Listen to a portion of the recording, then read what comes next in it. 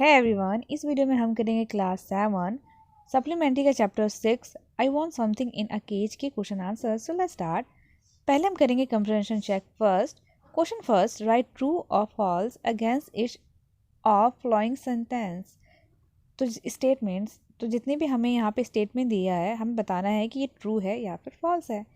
First है Mr Purcell sold birds, cat, dog and monkeys. तो Mr Purcell क्या क्या सोल्ड करते थे? बर्ड्स, कैट, डॉग और monkeys. Yes, true. Second, he was very concern about the wellbeing of the birds and animal in his shop. तो बहुत ज़्यादा ही चिंतित थे वो एनिमल्स और बर्ड्स के बारे में जो कि उनके शॉप में होते थे। तो नहीं, बिल्कुल भी वो चिंतित नहीं थी, ये फॉल्स है। Third, he was impressed by the customer who bought the two doves. तो क्या ये इम्प्रेस थे उस कस्टमर से जिसने 2 कबूतर खरीदा था? तो नहीं, ये इम्प्रेस नहीं थे। It is false. Fourth, he was a successful shop owner though insensitive and cold as a person. वो बहुत ही सक्सेसफुल एक शॉप ऑनर थे, दुकानदार थे, जबकि वो बहुत ही इनसेंसिटिव थे, उनके अंदर बिल्कुल दया वगैरह नहीं थी और बहुत ही कोल्ड ठंडे किस्म के पर्सन थे। तो ये ट्रू है। सेकेंड क्वेश्चन है हमारा, why is Mr Purcell compare to an owl. Mr Purcell को पर्सेल क्यों कंपेयर करते हैं खुद को एक ऑल, एक उल्लू के साथ? आंसर, वो इसलिए ऐसा कंपेयर करते हैं क्योंकि mister Purcell appear like an all when he look through his glasses. वो एक ऑल की तरह दिखाई देती है उनकी आंखें जब वो ग्लासेस से देखते थे बड़ी बड़ी। Question 3, from the third paragraph pick out. Third paragraph से हम पिक करने हैं।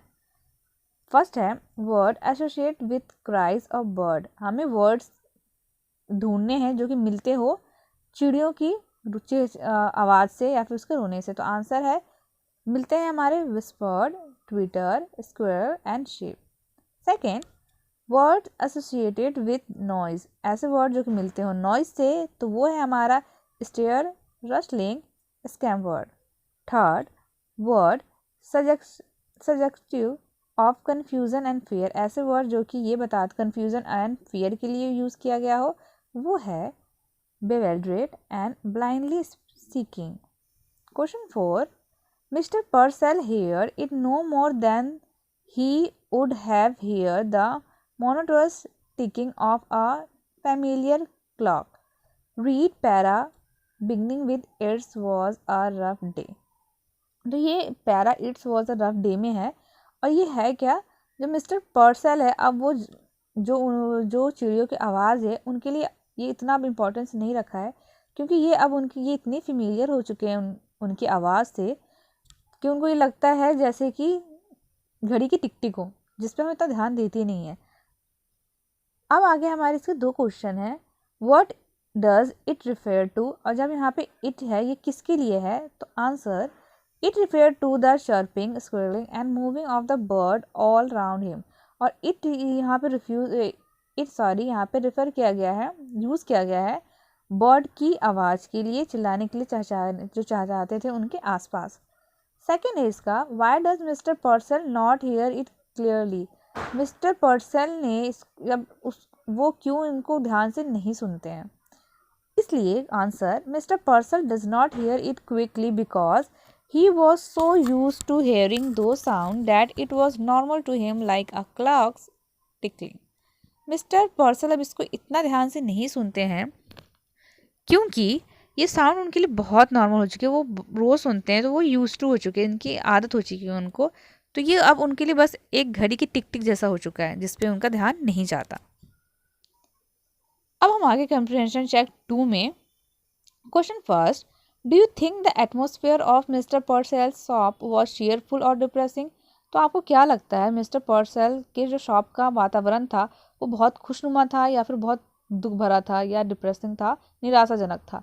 गिव, हमें रीज़न देने हैं अपने आंसर के।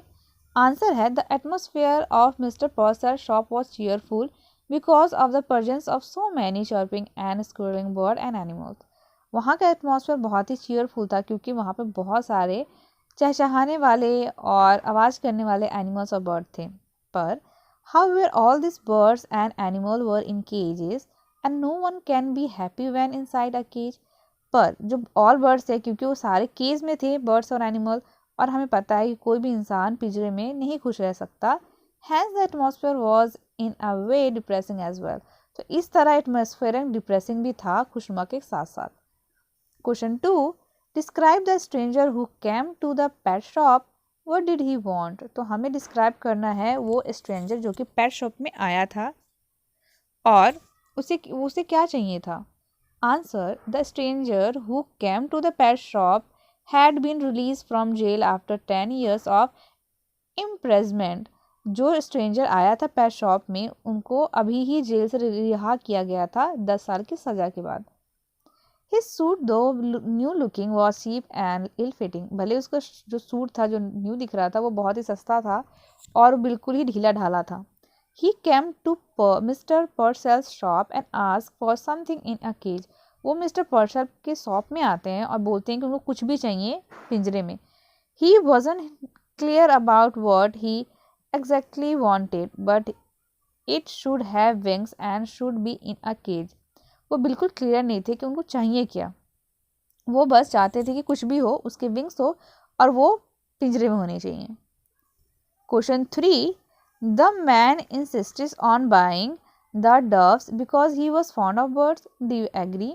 जो मैन ने बहुत ज़्यादा ही इंसिस्ट किया था कि हाँ ये कबूतर खरीद लो, तो क्या बहुत शौकीन था कबूतर का, क्या आप इससे एग्री करते हो। तो नहीं, जो मैन जिन्होंने बहुत ही इंसिस्ट किया था कि वो खरीद लो, वो शौकीन नहीं था बर्ड्स का, वो बस चाहता था कि बर्ड्स केज में रहे। Question 2, how had he earn the $5 he had. उन्होंने $5 कैसे अर्न किए जो उनके पास थे। आंसर, मैन ने $5 अर्न किए। The man had spend 10 years in prison where he had to work hard. Man ने 10 साल गुजारा था प्रिजन में, जेल में, वहाँ उनको बहुत मुश्किल से काम करना पड़ता था। He use to get only 50 cents per year for his work. और उसके लिए उनको सिर्फ 50 cents मिलते थे, जो कि $50 होता है एक साल में उनके काम के बदले। जो वो काम करते थे उसके लिए उनको पेमेंट मिलता था।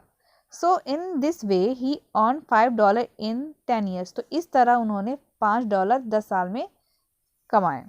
Was the customer interested in the care and feeding of the dogs he had bought. तो क्या कस्टमर इंटरेस्टेड था केयर, देखभाल और खिलाने पिलाने में उन कबूतरों को जो उसने खरीदा था। इफ़ नॉट वाई नॉट, अगर नहीं तो क्यों नहीं। Answer, no, the customer was not interested in care and feeding of dogs he had bought because he did not want to actually keep them as pet. वो interested नहीं था क्योंकि वो कस्टमर बिल्कुल इंटरेस्टेड नहीं था खिलाने, केयर करना और उसको खिलाने में डव को, कबूतरों को, क्योंकि वो उनको एक्चुअली में रखना ही नहीं चाहता था, वो उनको पेट के तौर पर नहीं रखना चाहता था। He had just bought the dove to free it from its cage. और उस कस्टमर ने इसलिए ख़रीदा था इन कबूतरों को ताकि वो उसको कबूतरों को उनके पिंजरों से आज़ाद कर सके। तो यहाँ पे हमारे क्वेश्चन आंसर फिनिश होते हैं। इसके वर्ड मीनिंग की लिंक आपको डिस्क्रिप्शन और आई बटन पर मिल जाएगा। बाकी सारे क्लास 7 के आपको सप्लीमेंट्री और हनीकॉम्ब दोनों की प्लेलिस्ट है, आप वहाँ से उनको देख सकते हैं। Please like, share and subscribe my channel. Thanks for watching, bye.